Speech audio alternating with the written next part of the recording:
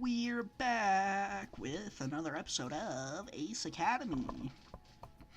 Last time we harassed Nikki and Ken, and were a jerk. Oh, and we drew Valerie, and checked out Eagle's core. And this time, I have no idea what's gonna happen. I wake up naturally for once, and enjoy my chance to sleep in. Is this what it feels like to be rested? Why doesn't this happen every day?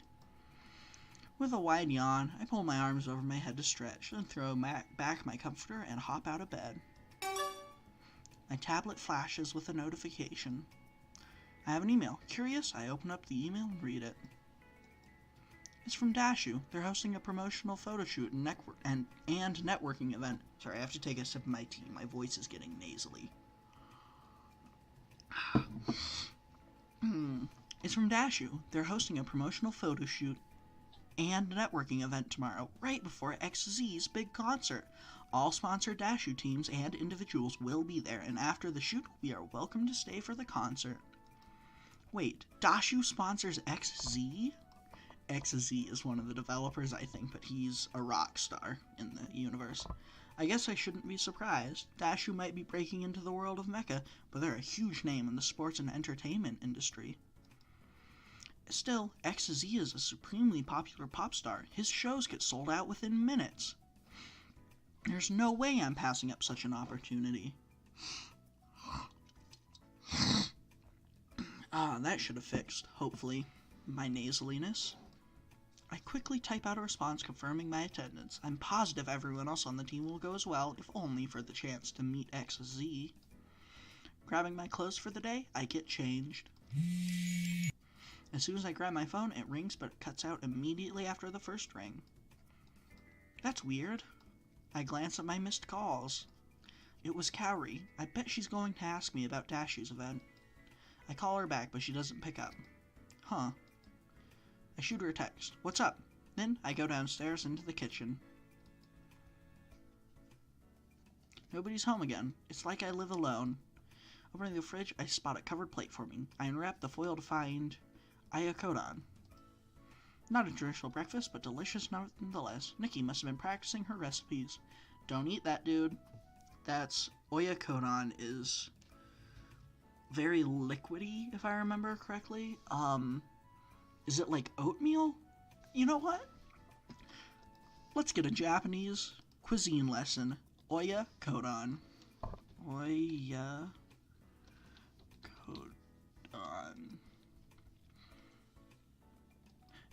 Oh.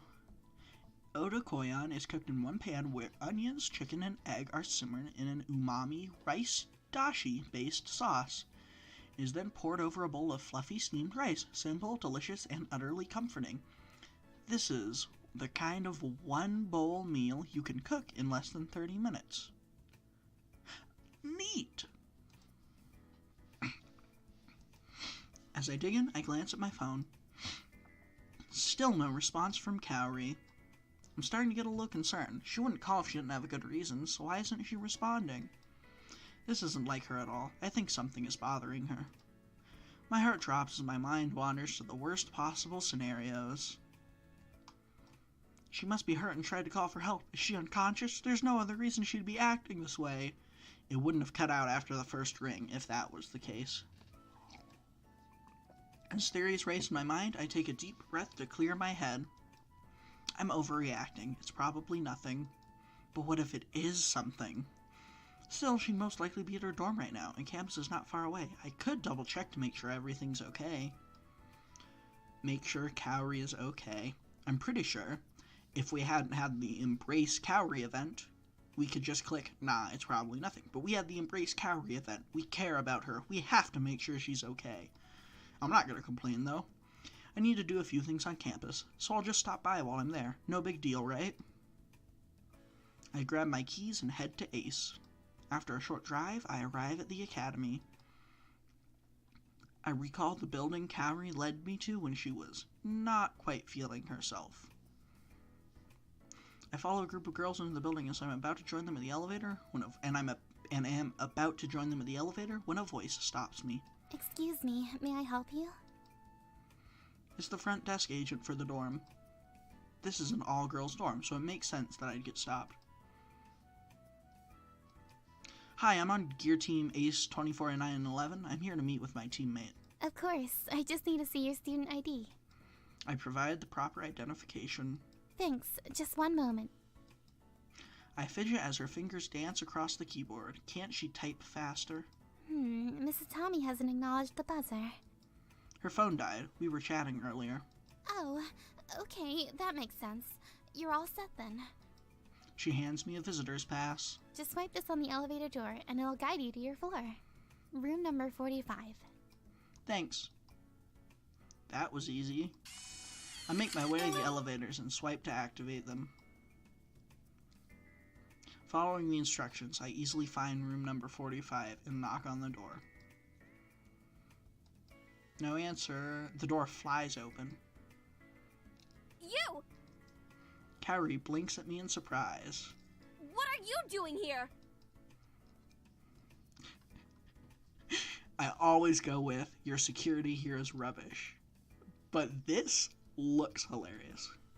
I got tired of looking into your room with binoculars from the other building and thought I'd pay you a visit instead. Kaori rolls her eyes and crosses her arms. Seriously?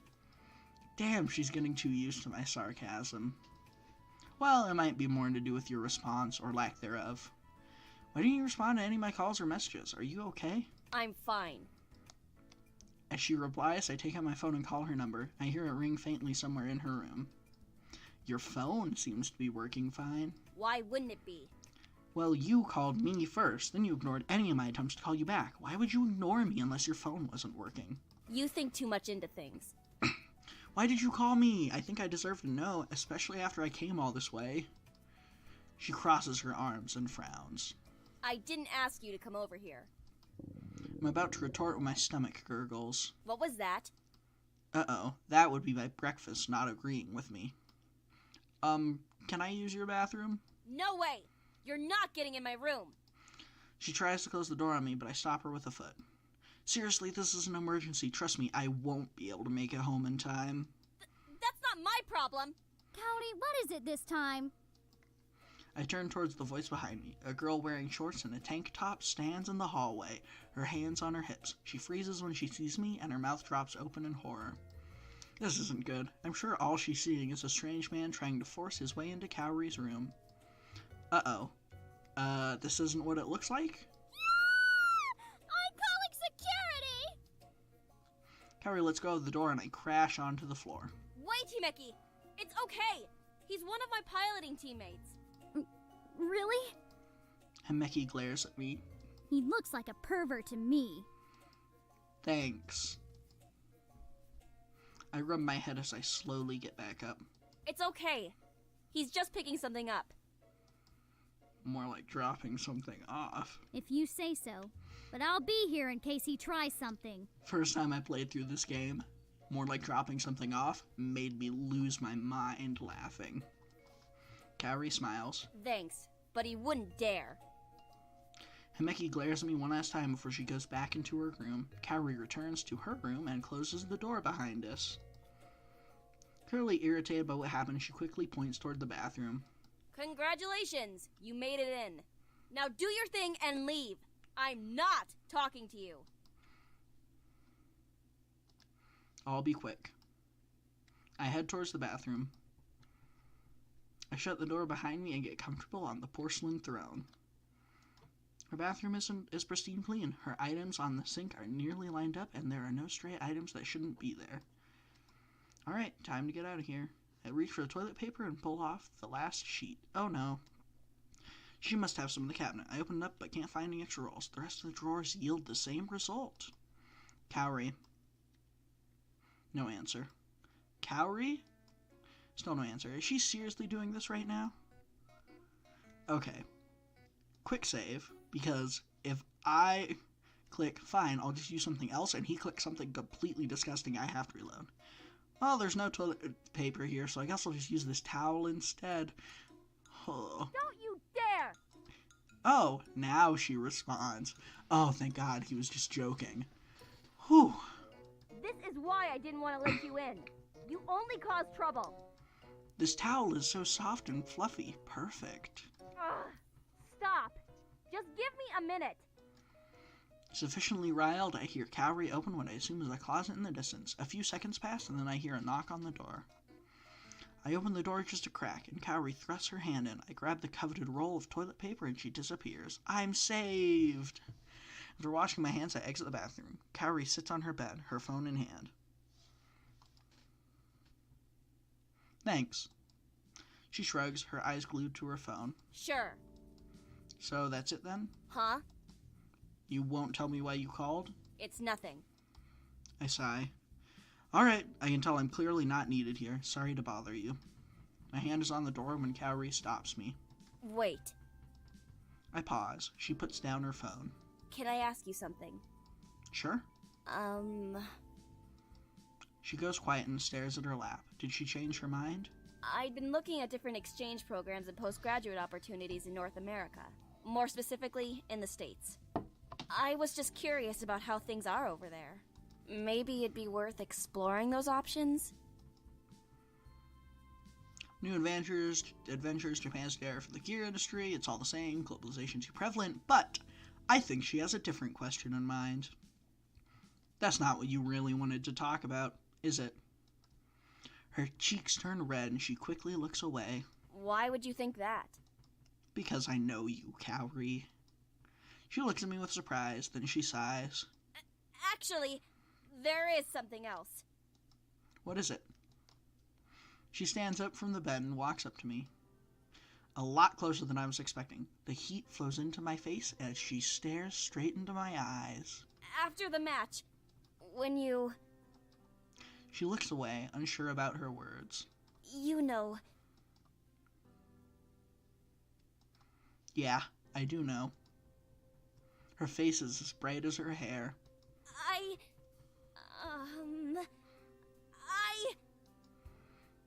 She struggles to speak, glancing at everything except me. Anime! Huh? I mean, the new season of Ninja Ranger is out. So, if you want, we can watch it. I mean, if you're not busy. Actually, you're probably busy. Forget I mentioned anything. I've never clicked this. I grin at her. Are you asking me to Netflix and chill? No.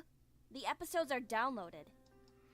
Right, of course. She doesn't know what that means. I sigh. Too bad. Let me just load it up. You can sit here. She points to the bed. My eyes grow wide. Is she suggesting what I think? Really? Her expression matches my own when she realizes what she's implied. It becomes a couch. The dorm is small. True to her words, she pulls a handle and half of the bed. She pulls a handle and half the bed folds up into a backrest. I take a seat as she fiddles around on her computer and sets up the connection to her TV. She starts the first episode, then hesitates before sitting next to me. We watch the show in silence, but as I sneak discreet glances at her, I catch her sneaking glances at me too. Be confident, direct, imagining things. I'm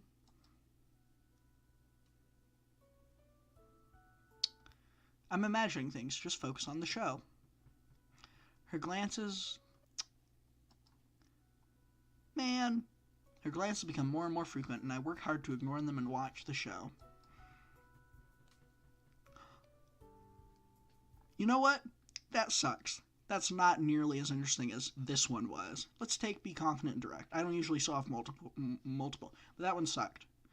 I know what those looks mean. Without hesitation, I wrap my arm around her shoulder.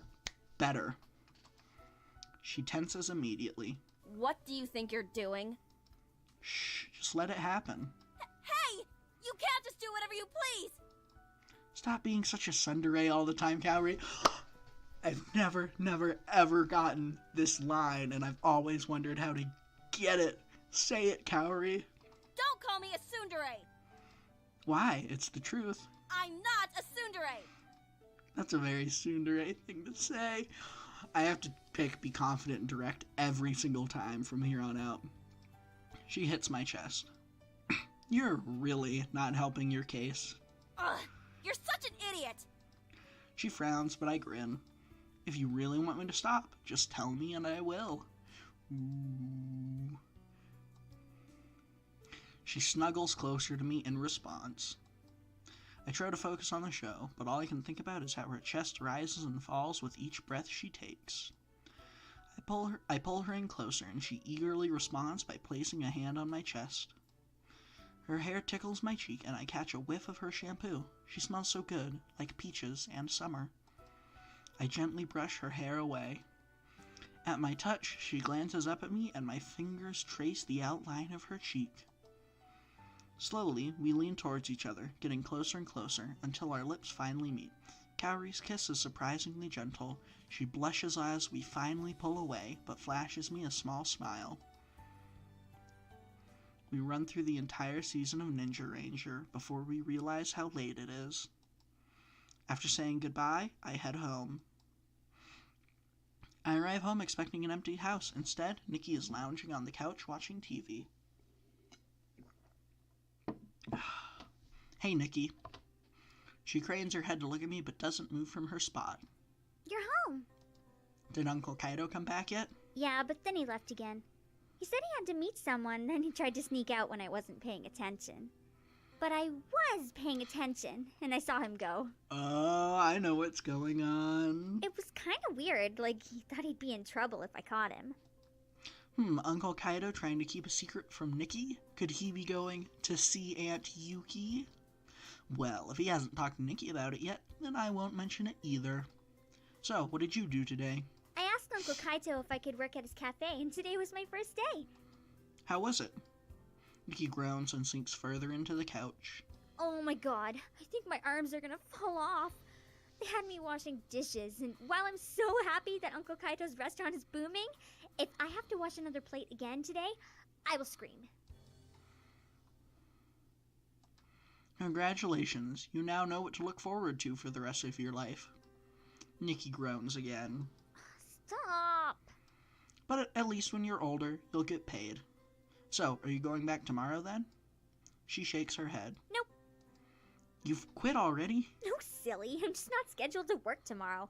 Today was exhausting, but it was still cool to be in the kitchen. And I was only on dish duty because I'm new. I know it won't be long before I'm prepping meals with the rest of the chefs. What are you going to do instead? I'll watch XZ's concert on TV. She sighs wistfully. I bet he's even dreamier in person. I'll let you know if that's true. Nikki gives me a skeptical look. Did you just say what I think you said? If you thought I said I'm going to be at the concert, then yes. She stares at me, then snorts. Yeah, right.